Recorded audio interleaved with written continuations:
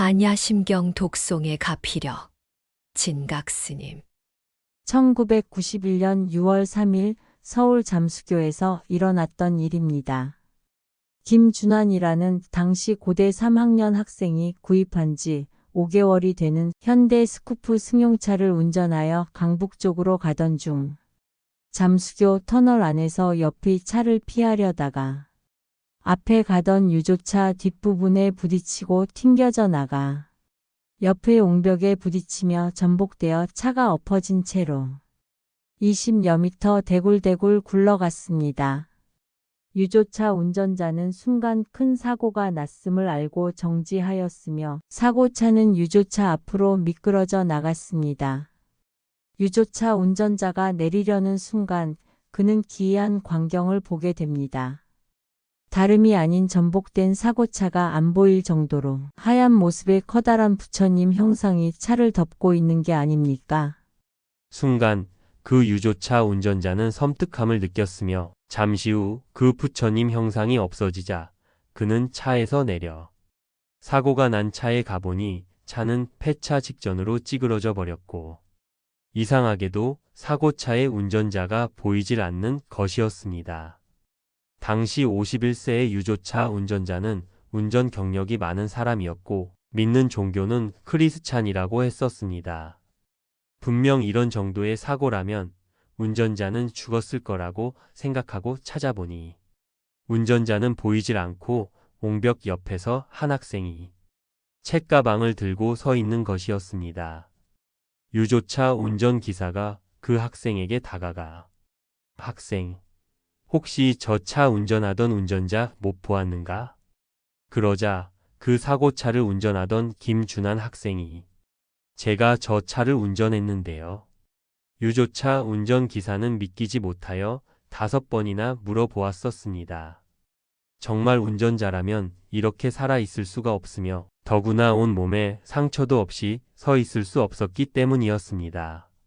당시 유조차 기사는 그 학생이 보통 사람이 아닌 것 같다고 생각을 하며 사고 처리를 해주고는 그 학생의 아버지 사무실에 전화를 걸어 김준환 학생의 사고 소식도 전해주었습니다. 그리고는 그 학생의 아버님에게 유조차 기사가 혹시 종교가 있으시냐고 물었다. 그러자 그 학생의 아버지는 종교는 불교 집안이라고 대답을 하였다. 그제서야 유조차 운전자는 자기가 본 형상이 부처님이라는 것을 알고 그 학생의 아버지에게 그때의 일을 자세히 설명해 주었다. 그리고 난 뒤 유조차 기사가 김준환 학생에게 다가가 그 사고 당시의 일이 궁금하여 물어보니 사고 순간 차가 부딪히는 것을 보며 누군가가 자기를 감싸 안는 느낌을 받고 보니 차가 거꾸로 있는데 옆 유리창이 보이므로 안전벨트를 풀고 책가방을 지자 누군가가 안아서 차에서 내려주었습니다. 그랬습니다. 자, 한번 생각해 봅시다. 자동차 유리창 부분은 작습니다. 그 부분을 빠져나오려면 멀쩡한 상태에서도 쉽게 빠져나올 수 없는 것입니다. 당시 김준환 법우도 회상을 할 때 저 창문으로 내가 어떻게 빠져나왔는지 모릅니다라고 했습니다. 여러분 아마 이러한 일은 우리의 상식으로는 도저히 이해할 수 없는 부분이라 여기시죠? 이것이 바로 불가에서 흔히 말하는 가피력입니다. 그 차는 결국 대파되어 폐차를 시키고 키가 181cm였던 김준환 법우는 그런 대형 사고를 당하고도 큰 상처 하나 없이 무사히 그 구멍으로 온 것, 그것이 바로 불보살님의 가피력입니다. 그의 가정을 잠시 소개해보면 그 법우는 이대 독자로 그의 어머니 김월맹신 보살은 20년 전부터 시부모님의 영정을 처음 백년사로 모실 때 그 인연으로 불교와 인연이 되어 불교에 귀의를 했고 백년사에서 정진하며 전국 어느 사찰이든 우람분절, 백중기도, 천도제가 있는 곳이면 빠짐없이 동참하며 하루도 정진을 게을리 않고 매주 토요일이면 철야 정진을 하였습니다. 그는 당시 백년사 제무로 일했으며 사고가 나기 2년 전부터 아들에게 매일 아침마다 반야심경을 독송하라고 하면서 저를 최하 50번 조금 더하면 108배를 시켰었다고 합니다. 처음에는 아들이 법당도 아니고 부처님도 안 계신데 어디에 절을 하냐고 하자 김월맹신 보살님은 지금 내가 앉은 자리가 법당이니 그냥 열심히 해봐라고 대답했었답니다. 아들이 성품이 착하여 어머니 말씀을 거르지 않고 매일 아침마다 기도를 하고 난 뒤에 학교를 다녔다는 것입니다.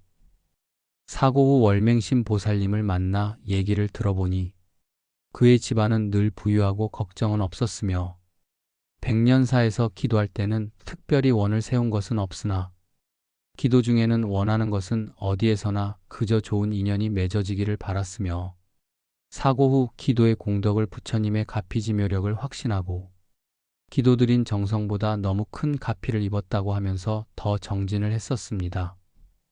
불자 여러분, 이와 같이 기도는 어떠한 일이 발생하였을 때 하는 것이 아니라 평소의 삶이 기도하는 삶으로 살아가는 이 불자의 집안처럼 앞으로 닥쳐오는 불행을 불보살님의 가피지묘력으로 미리 피할 수 있다는 것입니다. 모든 열매는 열매가 맺기까지의 과정이 있는데 그 과정도 없이 나무 한 그루 탁 심어놓고 느닷없이 열매 맺기를 바라는 멍청한 사람이 되지 마시고 그 나무를 정성스레 가꾸며 결실을 기다리는 현명한 사람처럼 늘 쉬지 않고 기도 정진 수행을 하시면 불보살님이 감응하시와 가피를 주실 겁니다.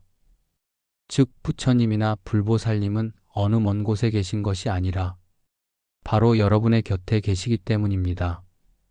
자기 가운데 계신 불보살님에게 가피를 청하는 기도를 타력이라고 하겠습니까?